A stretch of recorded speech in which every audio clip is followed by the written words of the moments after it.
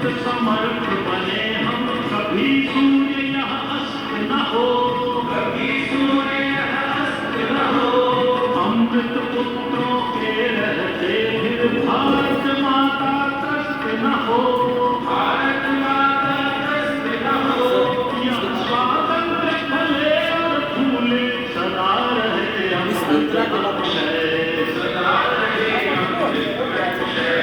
मुक्त कंठ से दसों दिशा में, मुक्त कंठ से दसों दिशा में गूंजे भारत माँ की जय, गूंजे भारत माँ की जय, गूंजे भारत माँ की जय। नवयुग की नवगति नवलय हम, नवयुग की नवगति नवलय हम साथ। इस प्रकार यह गीत हमें प्रेरणा देता है। मैं विश्वास दिलाता हूं कि बहुत जल्द हमारे भैया बहन बहुत उत्साह के साथ इस गीत को गाएंगे। मैं स्वयं भी अपने स्वर में इस गीत को गाकर आप सबको सुनाऊंगा। फिलहाल नहीं सुना पाया, इसके लिए क्षमा प्रार्थी हूँ। कार्यक्रम के लिए पूनम जी को आमंत्रित करता हूँ। धन्यवाद राजेंद्र जी। इसके पश्चात मैं संस्कृत भाषण के लिए बहन सांभवी को मंच पर आमंत्रित करती हूँ। बहन सांभवी।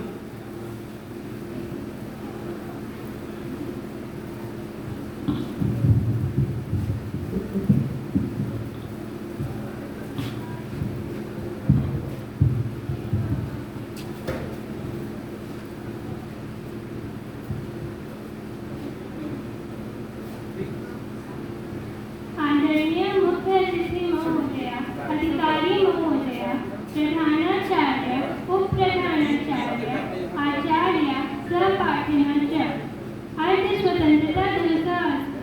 अतः अस्मिन् अवसरे किञ्चित् वक्तुमिच्छामि। भारत स्वतन्त्रता दिनम् अगस्त मासस्य 15 दिनाङ्के राष्ट्रियोत्सवत्वेन भारते आचर्यते।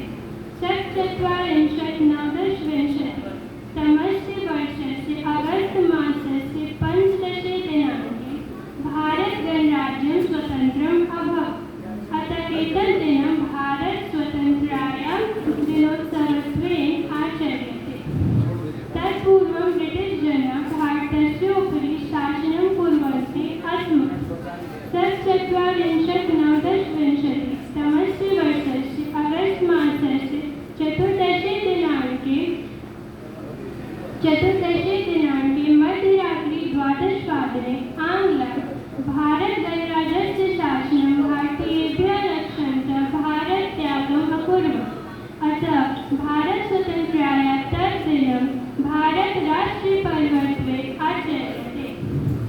अस्मिन् दिवसे सर्वेषु उत्साहः, आनन्दः, देशभक्तिश्च दृश्यते। अयम् उत्सवः देहलीनगरे महता उल्लासेन हर्षेण च समान्यते।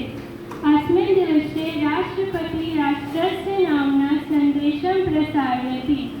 अस्मिन् दिवसे प्रधानमन्त्री ध्वजारोहणं करोति। अयम् उत्सवस्य सर्वे अपि कार्यक्रमाः रेडियो, दूरदर्शन प्रभृति यन्त्राणां समये अपि देशे श्रूयन्ते, दर्श्यन्ते च। जयतु भारतं, जयतु विद्या भारती। धन्यवाद। धन्यवाद बहन। Our flag does not fly because the wind moves it. It flies with the last breath of each soldier who died protecting it. So, today let us take some time to value our nation and never forget their sacrifices. By these words, I call Palak for English speech.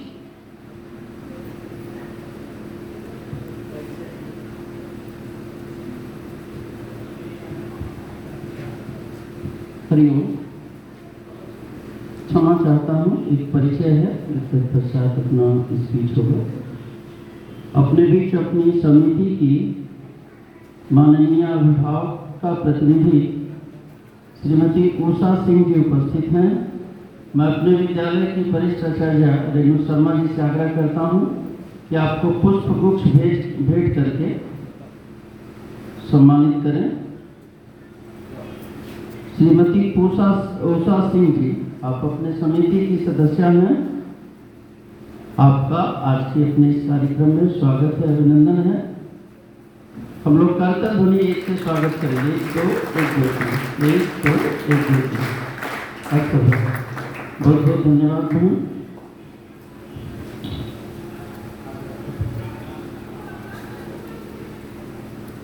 Respected chief guests, principal sir, vice principal sir, teachers, parents, and all my dear friends. A very happy Independence Day to all of you. Myself, Palak Kumari, would like to speak few words about Independence Day. The Independence Day of India marks the freedom of the country from the British rule in the 1947. Hence, to commemorate that glorious day, 15th August of every year is observed as a national holiday in India. For almost 200 years, we were under the rule of British government. They treated us like slaves, tortured us, destroy our money and resources.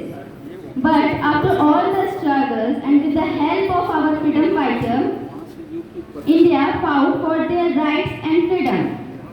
Almost 75 years ago, on 15th August 1947, India finally got independence from British government. For first time, Jawaharlal Nehru hoisted tricolor flag on Red Fort. Since then, India celebrates Independence Day across the nation. On the occasion of India's Independence Day, citizens of the country celebrate by hoisting tricolor flag and salute it while singing our national anthem. Military marches and other performs surrounding on this special day. School and colleges perform special performance along with the flag hoisting ceremony. In conclusion, bringing independence to India was not easy. So, and 15th August of every year is celebrated to pay respect to the struggles, sacrifices made by our freedom fighters like Subhash Chandra Bose, Mahatma Gandhi, Chandrasekhar Azad, etc. in our country. So today we come together with the cause for unity, make it beautiful day, fight against corruption, burn the flag of one nation. Vande Mataram. Thank you. Have a nice day.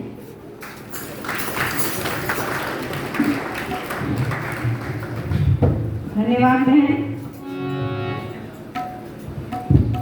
गूंज रहा है दुनिया में हिंदुस्तान का नारा।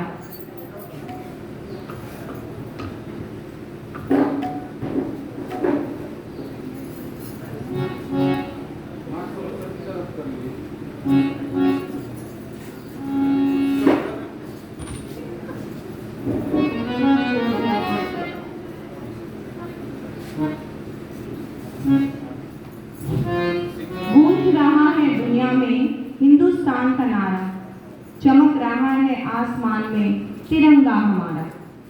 इन्हीं शब्दों के साथ मैं बहन प्राची को देशभक्ति गीत के लिए आमंत्रित करती हूँ।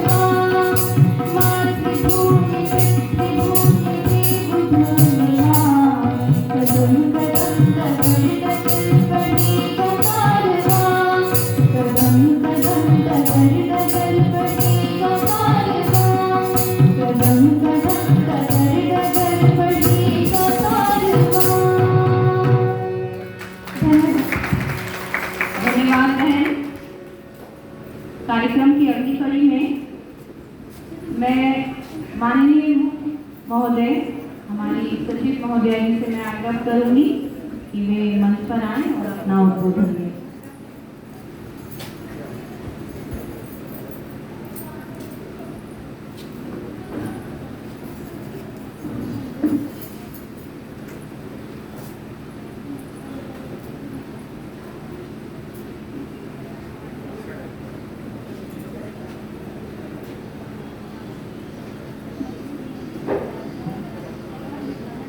वंदे मातरम।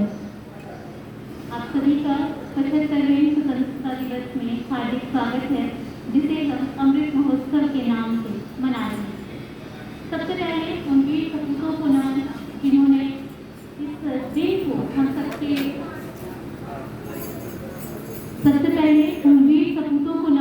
जिनके कारण हम आज स्वाधीन हैं और इस दिवस को हम सब उन्मुक्तता से मना रहे हैं।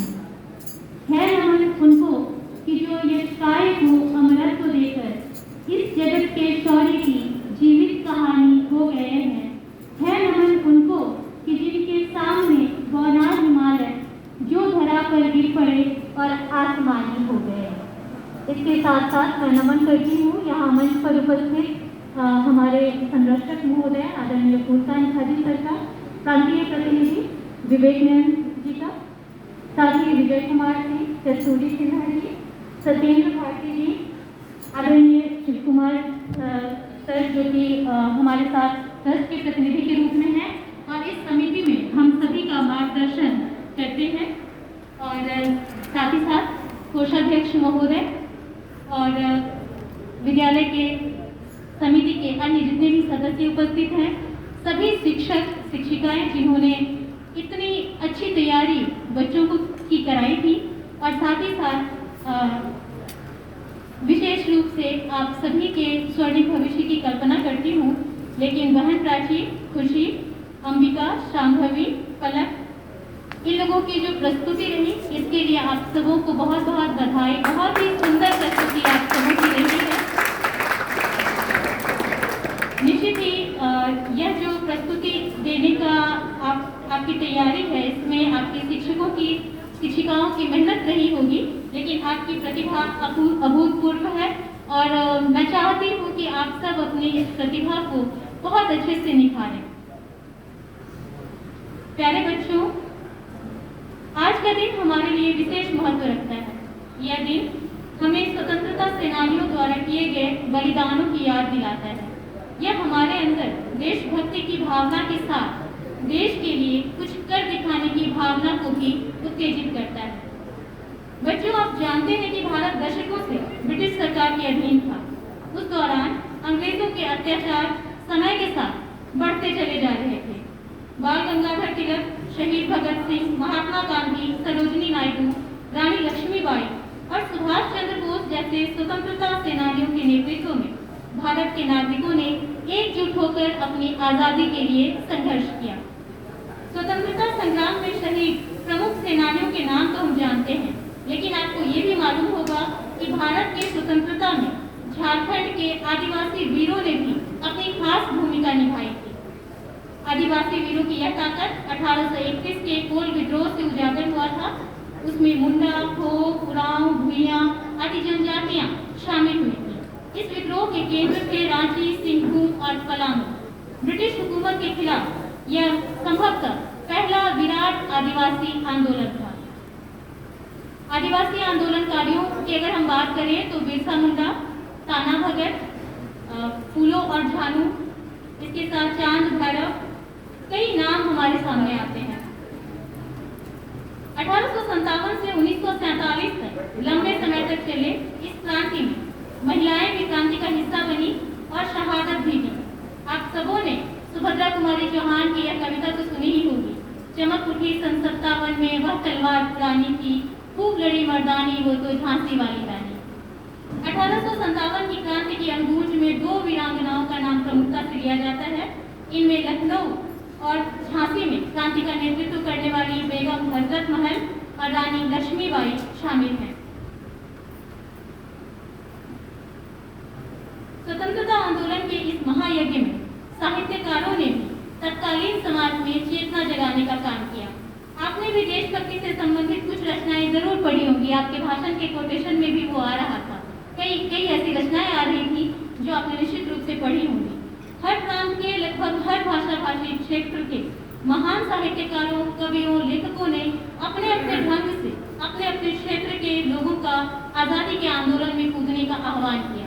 माइकेल मधुसूदन ने बंगाली में, भारतेंदु हरिश्चंद्र ने हिंदी में, नर्मद ने गुजराती में, चिपुलुक पलंकर ने मराठी में, भारती ने तमिल में तथा अन्य अनेक साहित्यकारों ने विभिन्न भाषाओं में राष्ट्रीयता की भावना से परिपूर्ण उत्कृष्ट साहित्य का सृजन किया। यह ऐसा साहित्य लेखन था जिसे पढ़कर या सुनकर हमारे देश की तत्कालीन युवा पीढ़ी के रक्त में क्रांति का उबाल आ जाता था। बंकिम चंद्र ने आनंदमठ और वंदे मातरम की रचना की। माखनलाल चतुर्वेदी, राम नरेश त्रिपाठी, बालकृष्ण शर्मा नवीन और सुभद्रा कुमारी चौहान ने राष्ट्र प्रेम को मुखरित ही नहीं किया बल्कि स्वतंत्रता आंदोलन में भी भाग लिया। मुंशी प्रेमचंद की सोजे वतन के साथ साथ न जाने कितनी रचनाओं पर रोक लगी, न जाने कितना साहित्य जलाने की कोशिश की गई, परंतु उनकी लेखनी सदा एक सच्चे क्रांतिकारी की भांति स्वतंत्रता आंदोलन में विस्फोटक का कार्य करती रही। जयशंकर प्रसाद, रामधारी सिंह दिनकर आदि की रचनाएं भी देश प्रेम से ओतप्रोत हैं। आज भी हम उन रचनाओं को सुनते हैं तो हमारे अंदर भी देश प्रेम की भावना जागृत हो जाती है। बच्चों, आज एक और जानकारी आपके साथ साझा करना चाहूंगी कि भारतीय इतिहास अनुसंधान परिषद के द्वारा शहीदों के शब्दकोश का संकलन भी तैयार किया गया है, जिसमें 13,500 शहीदों की सूचना दर्ज की जा चुकी है। आज भी देश की सीमा पर खड़े जवान स्वतंत्रता की रक्षा के लिए तत्पर रहते हैं। हम सब समझ सकते हैं कि इस स्वतंत्रता का मोल कितना है और अब ये हमारी भावी पीढ़ी का ही दायित्व है कि वह इस मोल को बचाए रखे। इसके साथ साथ एक और जानकारी आपके साथ साझा करना चाहूंगी। आप लोगों ने 2 शब्द सुने होंगे, झंडोत्तोलन और ध्वजारोहण। ये दोनों अलग अलग संदर्भों में प्रयुक्त किए जाते हैं। झंडोत्तोलन हम करते हैं 26 जनवरी को और ध्वजारोहण करते हैं 15 अगस्त को। इन दोनों का अंतर मालूम है आपको?